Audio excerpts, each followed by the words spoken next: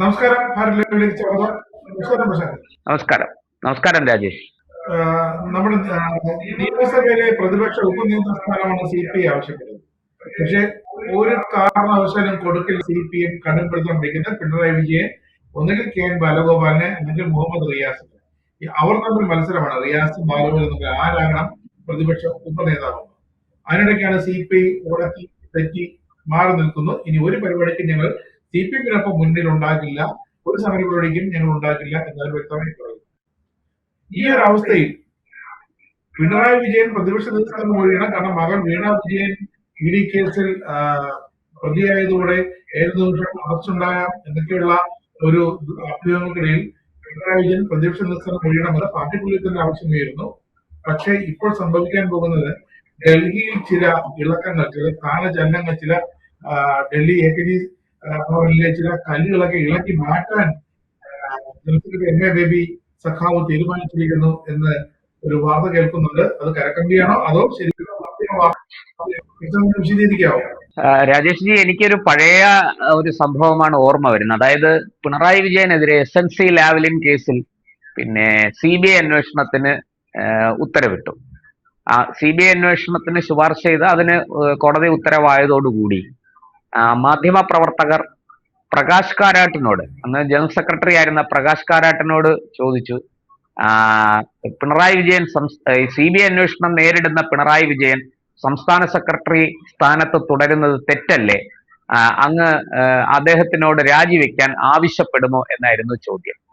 പക്ഷെ അന്ന് പ്രകാശ് കാരാട്ട് പറഞ്ഞ മറുപടി, പിണറായി വിജയൻ ഭരണഘടനാ പദവിയല്ല വഹിക്കുന്നത്. പിണറായി വിജയൻ ഞങ്ങളുടെ, അതായത് പാർട്ടിയുടെ ആഭ്യന്തര വിഷയമാണ് ഏത് സ്ഥാനത്ത് ഏത് പദവിയിൽ ആര് തുടരണം എന്നുള്ളത്. അത് ഒരു ഈ പറയുന്നത് പോലെ പൊതുവായ ഒരു വിഷയമല്ല.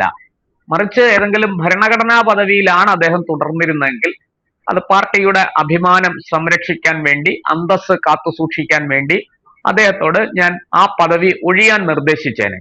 ഇത് ഞങ്ങളുടെ ഒരു ആഭ്യന്തര കാര്യമാണ്. പാർട്ടി സെക്രട്ടറി ആരാകണം, പാർട്ടി ജനറൽ സെക്രട്ടറി ആരാകണം, കേന്ദ്ര കമ്മിറ്റി അംഗങ്ങൾ ആരൊക്കെ ആകണം എന്നൊക്കെയുള്ളത്. അതുകൊണ്ട് അത് ആ ചോദ്യത്തിന് തന്നെ പ്രസക്തിയില്ല എന്നാണ് അദ്ദേഹം അന്ന് പറഞ്ഞത്. ഇന്നിപ്പോൾ പിണറായി വിജയൻ മുൾമുനയിലാണ്. അദ്ദേഹത്തിന്റെ മകൾക്കെതിരെ ED അന്വേഷണം തകൃതിയായി നടക്കുന്നു. ഒന്നല്ല, പല കേസുകൾ വീണയ്ക്കെതിരെ ഉണ്ട്.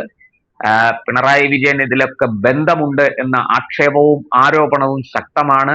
വീണയെയും, അതായത് വീണ തായ്ക്കണ്ടിയെയും അച്ഛൻ പിണറായി വിജയനെയും തമ്മിൽ ബന്ധിപ്പിക്കുന്ന തെളിവുകൾക്കായിട്ട് ED അന്വേഷണം മുറുക്കിയിരിക്കുന്നു.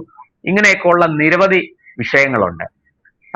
ആ സമയത്താണ് വീണ്ടും പിണറായി വിജയന്റെ ഈ PBയിലെ പിണറായി വിജയന്റെ അംഗത്വം, അല്ലെങ്കിൽ PBയിലെ പിണറായി വിജയന്റെ സാന്നിധ്യം അത് തുടരണോ വേണ്ടയോ എന്ന ഒരു ചർച്ച വീണ്ടും വന്നിരിക്കുന്നത്.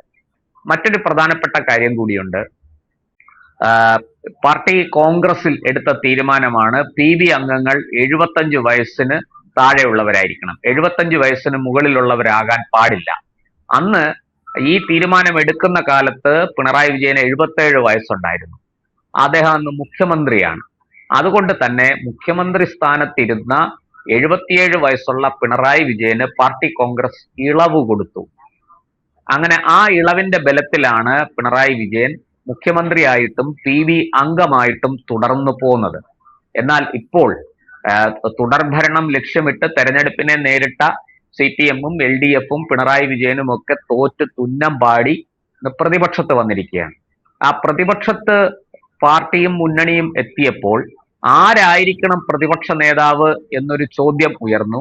അവിടെയും എല്ലാ കണക്കുകൂട്ടലുകളും തെറ്റിച്ചുകൊണ്ട് പിണറായി വിജയൻ പ്രതിപക്ഷ നേതാവായിട്ട് വന്നു, അവരോധിക്കപ്പെട്ടു. അതിന് കാരണം PBയിൽ ഭൂരിപക്ഷ അംഗങ്ങളും അദ്ദേഹത്തെ പിന്തുണച്ചു എന്നുള്ളതാണ്. ആ പിന്തുണ എങ്ങനെ നേടി എന്നൊക്കെ ഉള്ളത് മാധ്യമപ്രവർത്തകർക്ക് എല്ലാവർക്കും അറിയാം. പക്ഷെ അത് പാർട്ടിയുടെ ആഭ്യന്തര കാര്യമാണ്. അവർ നിഷേധിക്കും. നമ്മൾ എത്ര പറഞ്ഞാലും CPM അത് നിഷേധിക്കും. ഇവിടെ മുഖ്യമന്ത്രി ആയിരുന്ന സമയത്ത് പിണറായി വിജയൻ അതിശക്തനായിരുന്നു. പാർട്ടിയെ നിലനിർത്തിയിരുന്നത് തന്നെ പിണറായിയാണ്. നമുക്കറിയാം, ഡൽഹിയിലെ നമ്മുടെ AKG ഭവന്റെ കറണ്ട് ബില്ല് അടയ്ക്കുന്നത്, വാട്ടർ ബില്ല് അടയ്ക്കുന്നത് ഒക്കെ പാർട്ടി കേരളത്തിൽ നിന്ന് നൽകുന്ന സംഭാവന കൊണ്ടാണ്. ചുരുക്കത്തിൽ കമ്മ്യൂണിസ്റ്റ് പാർട്ടിക്ക് ഇന്ത്യയിൽ വേറെ ഒരിടത്തും ഭരണം ഉണ്ടായിരുന്നില്ല. ബംഗാളിൽ ഭരണം നഷ്ടപ്പെട്ടിട്ട് 2011 നഷ്ടപ്പെട്ടതാണ്. പിന്നെ അവിടെ മരുന്നിന് പോലും ഇപ്പോഴാണ്, അതായത് ഈ ശക്തമായ മമതയുടെ ആക്രമണത്തെ അതിജീവിച്ച് BJPയുടെ പ്രതിരോധം അതിശക്തമായി ഉയർന്നു വന്നപ്പോഴാണ് പാർട്ടിക്ക് അവിടെ ഒരു MLA കിട്ടിയത്. പാർട്ടി ഓഫീസുകൾ, ഏതാനും ഓഫീസുകളെങ്കിലും തിരിച്ചു പിടിക്കാൻ പറ്റിയത്. ത്രിപുരയിൽ ഉപ്പുവച്ച കലം പോലെ പാർട്ടി തകർന്നു. സമ്പൂർണമായിട്ടും അവിടെ പാർട്ടി BJPയിലേക്ക് പറിച്ചു നടപ്പെടുകയായിരുന്നു. പിന്നെ ആകെ ഉണ്ടായിരുന്നത് ഈ കേരളം എന്ന ഈ കൊച്ചു തുരുത്താണ്. കനലൊരു തരി എന്ന് പാർട്ടിക്കാർ തന്നെ വിശേഷിപ്പിക്കുന്ന കേരളത്തിലെ ഭരണം, അതും ഇപ്പോൾ നഷ്ടമായിരിക്കുന്നു. കനത്ത തോൽവി ഏറ്റുവാങ്ങേണ്ടി വന്നിരിക്കുന്നു. അപ്പോൾ അന്ന് മുഖ്യമന്ത്രിയായിരുന്ന പിണറായി വിജയൻ അതിശക്തനായിരുന്നു. അദ്ദേഹത്തിന് സമനായ മറ്റൊരു നേതാവ് പാർട്ടിയിൽ ഇല്ലായിരുന്നു. എന്നാൽ ഇന്ന് അങ്ങനെയല്ല. തോറ്റു തുന്നമ്പാടി വളരെ പ്രയാസപ്പെട്ട് വലിയ കളികളൊക്കെ കടിച്ച് പ്രതിപക്ഷ നേതാവായിരിക്കുന്ന പിണറായി വിജയനാണ് ഇന്ന് ഉള്ളത്.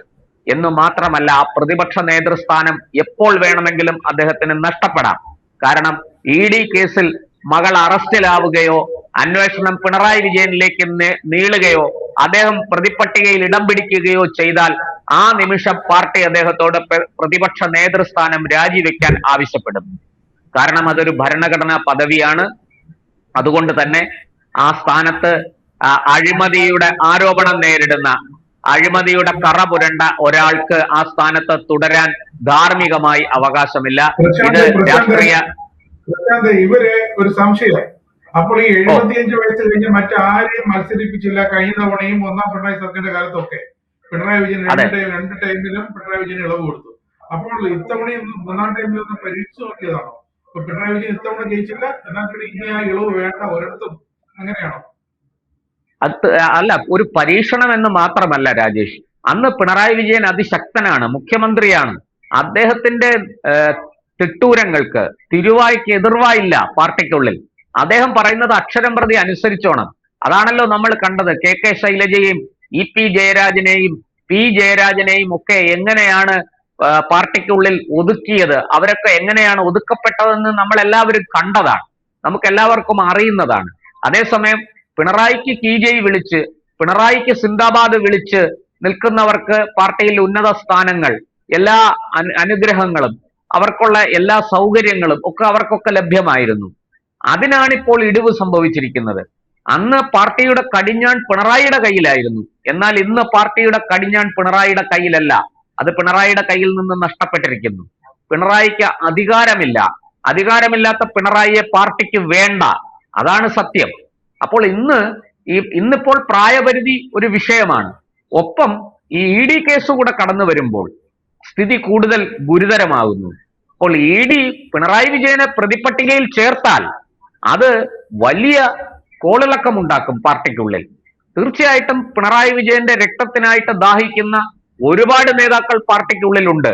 അത് ജനറൽ സെക്രട്ടറി സഖാവ് MA ബേബി മുതൽ ഇങ്ങ് താഴെ തട്ടിൽ ഒരു ബ്രാഞ്ച് സെക്രട്ടറി വരെ, അല്ലെങ്കിൽ ഒരു സാധാരണ CPM പ്രവർത്തകൻ വരെ അത് ആഗ്രഹിക്കുന്നുണ്ട് എന്നുള്ളതാണ് സത്യം. കേരള ജനത കൈയൊഴിഞ്ഞ പിണറായി വിജയനെ ഇനി പാർട്ടിക്ക് വേണ്ട. അതുകൊണ്ട് തന്നെ വരാൻ പോകുന്ന സമീപഭാവിയിൽ തന്നെ, വരാൻ പോകുന്ന പാർട്ടി കോൺഗ്രസിന് മുന്നോടിയായി ഒരു പ്ലീനം വിളിച്ചു ചേർക്കുകയും ആ പ്ലീനത്തിൽ ഇതൊക്കെ ഈ പരാജയം ഉൾപ്പെടെയുള്ള കാര്യങ്ങൾ ചർച്ച ചെയ്ത് അവിടെ വെച്ച് പിണറായി വിജയനെ പാർട്ടി ബലി കൊടുക്കും. പിണറായി വിജയനെ PB സ്ഥാനത്തുനിന്ന് മാറ്റും. PB സ്ഥാനത്തുനിന്ന് മാറുന്ന പിണറായി വിജയൻ പിന്നെ എങ്ങനെ പ്രതിപക്ഷ നേതാവായിട്ട് തുടരും? അവിടെ പ്രതിപക്ഷ നേതൃസ്ഥാനത്തുനിന്നും പിണറായി വിജയനെ പതുക്കെ മാറ്റും. അതിനുള്ള കരുനീക്കങ്ങളാണ് MA ബേബിയും കൂട്ടരും നടത്തിക്കൊണ്ടിരിക്കുന്നത്. ഇന്ന് പിണറായി വിജയനൊപ്പം നിൽക്കാൻ നേതാക്കളില്ല. ഒരു മരുമകൻ മുഹമ്മദ് റിയാസ് മാത്രമേ ഉള്ളൂ. മുഹമ്മദ് റിയാസ് ആകട്ടെ രാഷ്ട്രീയ കരുനീക്കങ്ങൾക്ക് കഴിവുള്ള, ബുദ്ധിമാനായ, സൂത്രശാലിയായ ഒരു നേതാവല്ല. നമുക്കെല്ലാവർക്കും അറിയാം. റിയാസിന് എത്ര കഴിവുണ്ടെന്നും റിയാസ് എന്തൊക്കെ കാര്യങ്ങൾ ചെയ്യുമെന്നും നമുക്ക് ഊഹിക്കാവുന്നതേ ഉള്ളൂ. അങ്ങനെയുള്ള റിയാസ് ഒഴിച്ചു നിർത്തിയാൽ ബാക്കി പിണറായിക്കൊപ്പമുള്ള നേതാക്കൾ ആരുമില്ല എന്ന് തന്നെ പറയാം. അവിടെ ബാക്കിയുള്ളവരെല്ലാവരും ചേർന്ന് ഇന്ന് പാർട്ടി ജനറൽ സെക്രട്ടറി MA ബേബിയാണ്. ഇന്ന് ബേബിയുടെ കയ്യിലാണ് പാർട്ടിയുടെ അധികാരം, പാർട്ടിയുടെ കടിഞ്ഞാൺ. അതുകൊണ്ട് തന്നെ വളരെ സമർത്ഥമായിട്ട് ചിരിച്ചുകൊണ്ട് പിണറായി വിജയനെ PB സ്ഥാനത്തെന്നും പ്രതിപക്ഷ നേതൃസ്ഥാനത്തെന്നും പാർട്ടി പുഷ്പം പോലെ എടുത്തു മാറ്റും. അക്കാര്യത്തിൽ സംശയമില്ല. പിണറായി വിജയന്റെ നാളുകൾ ഈ പറഞ്ഞതുപോലെ പ്രതിപക്ഷ നേതാവായിട്ട് തുടരാനുള്ള അദ്ദേഹത്തിന്റെ ആഗ്രഹം, ആ നാളുകൾ എണ്ണപ്പെട്ട് കഴിഞ്ഞിരിക്കുന്നു. പ്രായപരിധി വെച്ച് PBയിൽ നിന്നും അദ്ദേഹം ഒഴിവാക്കപ്പെടും. ED കേസിന്റെ കാര്യം പറഞ്ഞ് അദ്ദേഹത്തെ പ്രതിപക്ഷ നേതൃസ്ഥാനത്തെന്നും പാർട്ടി മാറ്റി നിർത്തും. ഇതാണ് സംഭവിക്കാൻ പോകുന്നത്. 98-ൽ ചടയൻ ഗോവിന്ദന്റെ മരണത്തെ തുടർന്ന് VS-ന്റെ പിന്തുണയോടുകൂടി പാർട്ടി സെക്രട്ടറിയായ പിണറായി വിജയൻ പിന്നീട് ഒരു ഏകാധിപതിയെ പോലെ പാർട്ടിയെ മുഴുവനും പിടിച്ചടക്കുന്ന കാഴ്ചയാണ് നമ്മൾ കണ്ടത്. VS ഒതുക്കപ്പെട്ടു. അന്ന് VS-നോട് പിണറായി ചെയ്തത് അത് ഇന്ന് പിണറായിയോട് മറ്റു ചിലർ ചെയ്യുന്നു. അത് മാത്രമേ ഉള്ളൂ. ഇത് കമ്മ്യൂണിസ്റ്റ് പാർട്ടിയുടെ പൊതു സ്വഭാവമാണ്. നമുക്കറിയാം 2007-ലോ മറ്റോ ആണ് VS-ഉം പിണറായിയും PBയിൽ നിന്ന് സസ്പെൻഡ് ചെയ്യപ്പെടുന്നത്. അന്ന് സസ്പെൻഡ് ചെയ്യപ്പെട്ട പിണറായി വിജയൻ പിന്നീട് മാസങ്ങൾക്ക് ശേഷം തിരിച്ചെടുക്കപ്പെട്ടു. പക്ഷെ VS-നെ തിരിച്ചെടുത്തില്ല. VS ഒടുവിൽ വെറും ഒരു കേന്ദ്ര കമ്മിറ്റി അംഗമായിട്ട് മാത്രം തുടർന്നു. ഇതൊക്കെ കേരള രാഷ്ട്രീയത്തിൽ നമ്മൾ കണ്ടതാണ്. അന്ന് അങ്ങനെയൊക്കെ സംഭവിച്ചപ്പോൾ ഇന്ന് ഇങ്ങനെ സംഭവിക്കും എന്ന് ദീർഘദൃഷ്ടിയോടുകൂടി നോക്കിക്കാണാനുള്ള കരുത്ത് പിണറായിക്ക് ഇല്ലാതെ പോയി. പഴുത്ത ഇല കൊടിയുന്നത് കാണുമ്പോൾ പച്ചില ചിരിക്കും. ഈ പച്ചില ഓർക്കുന്നില്ല നാളെ ഞാനും പഴുക്കും എന്നുള്ള കാര്യം. ആ പഴുക്കലാണ് ഇന്ന് പിണറായിക്ക് സംഭവിച്ചിരിക്കുന്നത്. യാതൊരു സംശയവുമില്ല. ഈ ജയരാജ, വിജയരാഘവ, ബാല, ശൈലജ, ശ്രീമതി ഇത്യാദികളെയൊക്കെ വേണമായിരുന്നു ഒന്നാം പിണറായി സർക്കാരിന് അധികാരത്തിലേക്ക് എത്താൻ. അപ്പോൾ അവരെല്ലാം പച്ച ഇലയായിരുന്നു. പക്ഷെ അവർ മാത്രമാണ് പഴുത്തു പോയത്. പിണറായി വിജയൻ 2021-ലും പച്ച ഇലയായിട്ട് നിന്നു. ഈ പറഞ്ഞ ശരിയാണെങ്കിൽ അപ്പോൾ പഴുത്ത ഇലകൾ ഒഴിഞ്ഞു പോകട്ടെ എന്ന് പറഞ്ഞ് ഈ പച്ച ഇല അവിടെ ചിരിച്ചു. അതുകൊണ്ട് തന്നെയല്ലേ രണ്ടാം പിണറായി സർക്കാരിന്റെ കാലത്ത് വഴികൂടെ പോയ വയ്യാവലിയുടെ തലവെച്ചതും മൊത്തം വിവാദങ്ങളും അഴിമതിയും ഒക്കെ ആയതും ഇപ്പോഴിതാ മൂന്നാം പിണറായി സർക്കാർ എന്ന ആ ലക്ഷ്യം നിറവേറ്റാതെ പോയതും. ശരിക്കും സെപ്റ്റംബറിൽ പാർട്ടി ജനറൽ സെക്രട്ടറി പറഞ്ഞത് വിശാലമായ സംസ്ഥാന സമിതി ചേരും. അന്ന് പ്രതിപക്ഷ നേതൃസ്ഥാനത്ത് നിന്ന് പിണറായി വിജയൻ ഒഴിയണോ മാറ്റണോ എന്നത് അന്ന് ചർച്ച ചെയ്ത് തീരുമാനിക്കുമെന്നൊക്കെ പറയുന്നു. ഇതേ MA ബേബി തന്നെ കഴിഞ്ഞ 2 ദിവസം മുമ്പ് പറഞ്ഞിരുന്നു, രാഷ്ട്രീയം ഒരിക്കലും പാടില്ലെന്ന് നേരത്തെ തന്നെ പറഞ്ഞിരുന്നു. കേരളത്തിലെ നേതാക്കൾ ജനങ്ങളെ മറന്നു, അവർ ശൈലി മാറ്റിയില്ല, ജനങ്ങളോട് വെറുപ്പിക്കുന്ന സ്വഭാവം കാണിച്ചു. ഇതൊക്കെ ഇനി പറഞ്ഞിട്ടൊന്നും കാര്യമില്ല. കാരണം വീട്ടിലിരിക്കുന്നത് വീട്ടിൽ ഇരിക്കത്തേ ഉള്ളൂ. പക്ഷേ ഇതൊക്കെയല്ലേ ഈ പഴുത്തല്ല പച്ചല സമവാക്യം തന്നെയല്ലേ ഒന്നാം പിണറായി സർക്കാരിൽ നിന്ന് രണ്ടാം പിണറായി സർക്കാരിലേക്കുള്ള ആ യാത്ര പഠിപ്പിച്ചത്? തീർച്ചയായിട്ടും വളരെ ശരിയാണ് രാജേഷ് പറഞ്ഞത്. ഇതിനകത്ത് മറ്റൊരു കാര്യം കൂടിയുണ്ട്. ഒന്നാം പിണറായി സർക്കാരിൽ ഈ അനുഭവ സമ്പത്തുള്ള പരിചയസമ്പന്നരായ നേതാക്കൾ EP ജയരാജൻ, അതുപോലെ G സുധാകരൻ, അങ്ങനെയൊക്കെ ഉള്ളവർ, തോമസ് ഐസക് ഒക്കെ ഉണ്ടായിരുന്നു. ഇവരെ മുമ്പും എത്രയോ തവണ MLA-മാരായി അതുപോലെ മന്ത്രിമാരായി പ്രവർത്തിച്ചവരാണ്. അവർക്ക് പല കുഴപ്പങ്ങളും ഉണ്ടാകാം, അവരോട് നമുക്ക് പല വിയോജിപ്പുകളും ഉണ്ടാകാം. പക്ഷേ അവർ അനുഭവ സമ്പത്തുള്ളവരാണ്, പരിചയസമ്പന്നരാണ്. അത് 2021 എത്തിയപ്പോൾ ഞാൻ മാത്രം പഴുത്തിട്ടില്ല, നിങ്ങളൊക്കെ പഴുത്തിരിക്കുന്നു, അതുകൊണ്ട് നിങ്ങളെ എല്ലാം മാറ്റുകയാണ് എന്ന് പറഞ്ഞ് ഈ പാർട്ടി സംവിധാനത്തെ ഉടച്ചു വാർത്തുകൊണ്ട് പിണറായി വിജയൻ സ്വയം ഒരു വലിയ ക്യാപ്റ്റനായി സ്വയം അവരോധിക്കുകയും അതുവരെ തന്നോടൊപ്പം ഉണ്ടായിരുന്ന ആൾക്കാരെ നിഷ്കരുണം ചവിട്ടി പുറത്താക്കുകയും ചെയ്തു. അത് പാർട്ടിയിൽ നിന്ന് പുറത്താക്കുകയല്ല ചെയ്തത്, അവർക്ക് കൊടുത്തിരുന്ന സ്ഥാനമാനങ്ങളിൽ നിന്ന് അവരെ ഒഴിവാക്കി. KK ശൈലജയെ പോലെയുള്ള അപൂർവം ചിലർ പ്രായമെത്താത്തത് കൊണ്ട് അതിൽ നിന്ന് രക്ഷപ്പെട്ടു. നമുക്കറിയാം G സുധാകരനും PK ശ്രീമതിയും EP ജയരാജനും ഒക്കെ എന്താണ് സംഭവിച്ചതെന്ന് നമുക്കറിയാം. അവിടെ പിണറായി വിജയൻ സ്വയം ഇവരെക്കാളും ഒക്കെ പ്രായക്കൂടുതലുള്ള പിണറായി വിജയൻ സ്വയം പാർട്ടി നൽകിയ ഇളവിന്റെ ബലത്തിൽ കളിക്കുകയായിരുന്നു. പക്ഷെ 2021 വന്നപ്പോൾ അനുഭവ സമ്പത്തില്ലാത്ത, പരിചയസമ്പന്നരല്ലാത്ത ആൾക്കാർ, നേതാക്കൾ മന്ത്രിമാരായി വന്നതോടുകൂടി പിണറായി വിജയന്റെ ശനിദശ ആരംഭിച്ചു. അതുവരെ പിണറായിയെ പ്രൊട്ടക്ട് ചെയ്യാൻ, സംരക്ഷിക്കാൻ കൈമെയ് മറന്ന് ഇ.പി. ജയരാജനും പി.കെ. ശ്രീമതിയും കെ.കെ. ശൈലജയും പി. ജയരാജനും കടകംപള്ളി സുരേന്ദ്രനും ജി. സുധാകരനും ഒക്കെ ഉണ്ടായിരുന്നു. നമുക്കറിയാം, രാജേഷ് തന്നെ റിപ്പോർട്ട് ചെയ്തിട്ടുള്ളതാണ്, നിയമസഭ അവിടെ മുഖ്യമന്ത്രിക്കെതിരെ ഒരു ആക്രമണം ഉണ്ടായാൽ, പ്രതിപക്ഷത്തുനിന്ന് അതിശക്തമായ അഴിമതി ആരോപണങ്ങൾ ഉയരുമ്പോൾ ഈ നേതാക്കളെല്ലാം ഒറ്റക്കെട്ടായി നിന്ന് പിണറായി വിജയനെ സംരക്ഷിക്കുന്ന കാഴ്ച നമ്മൾ കണ്ടതാണ്. അന്ന് ചെറുപ്പക്കാരായ നേതാക്കൾ, ഇപ്പൊ സ്വരാജിനെ പോലെയുള്ളവർ അന്ന് നിയമസഭയിലുണ്ട്. പക്ഷെ ആ സ്വരാജിനേക്കാളുമൊക്കെ സ്വരാജ് വളരെ വൈബ്രന്റ് ആയിട്ടൊക്കെ പ്രസംഗിക്കുന്നയാളാണ്. പക്ഷെ ആ സ്വരാജിനേക്കാളുമൊക്കെ ഈ പിണറായി വിജയനെ സംരക്ഷിച്ചിരുന്നത് ഈ മുൻനിര നേതാക്കളായിരുന്നു. അവരെയാണ് നിഷ്കരുണം, എന്താ പറയുക, ക്യാപിറ്റൽ പണിഷ്മെന്റ് എന്ന് തന്നെ പറയാം, അതിന് വിധേയമാക്കി അവരുടെ സാന്നിധ്യം പാർട്ടിക്കുള്ളിൽ നാമമാത്രമാക്കി കളഞ്ഞു. മന്ത്രിസഭയിലോ അല്ലെങ്കിൽ ഈ പറയുന്നത് പോലെ അസംബ്ലിയിലോ അവർക്ക് കടക്കാൻ കഴിയാത്ത ഒരു സാഹചര്യം പിണറായി സൃഷ്ടിച്ചു. എന്നിട്ട് പുതിയ ചെറുപ്പക്കാരായ ആൾക്കാരെ കൊണ്ടുവന്നു. അതിന് പറഞ്ഞത് എന്താണ്? കാലം മാറുന്നു, ചെറുപ്പക്കാർ കൂടുതൽ കടന്നു വരട്ടെ.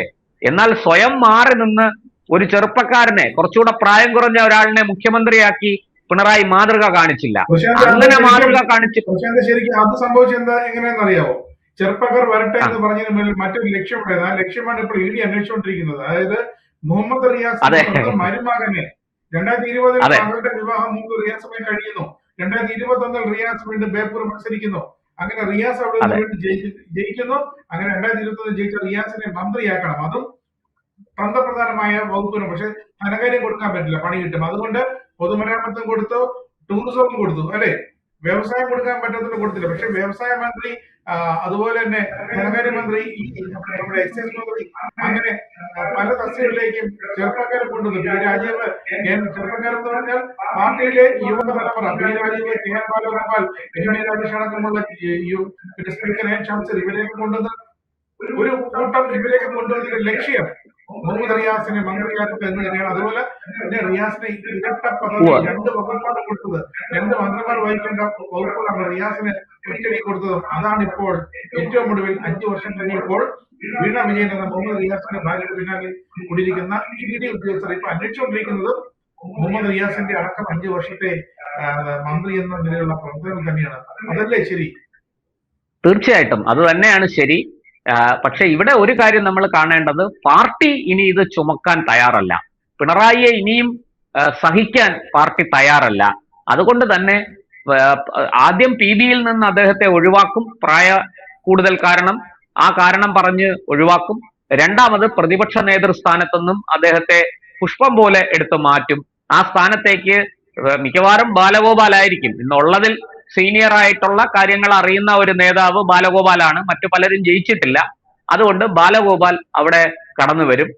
മുഹമ്മദ് റിയാസിനെ ഒരു കാരണവശാലും പ്രതിപക്ഷ നേതാവാക്കാൻ പാർട്ടി സമ്മതിക്കില്ല. അതിനുള്ള കരുത്തോ അറിവോ പരിചയ സമ്പത്തോ മുഹമ്മദ് റിയാസിന് ഇല്ല എന്നുള്ളത് വ്യക്തമാണ്. അദ്ദേഹത്തിന് കൃത്യമായി രാഷ്ട്രീയം പോലും ശരിയായ വിധത്തിൽ അറിയുമോ എന്നൊരു ചോദ്യമുണ്ട്. ആ ചോദ്യത്തിന് കാലമാണ് ഉത്തരം തരേണ്ടത്.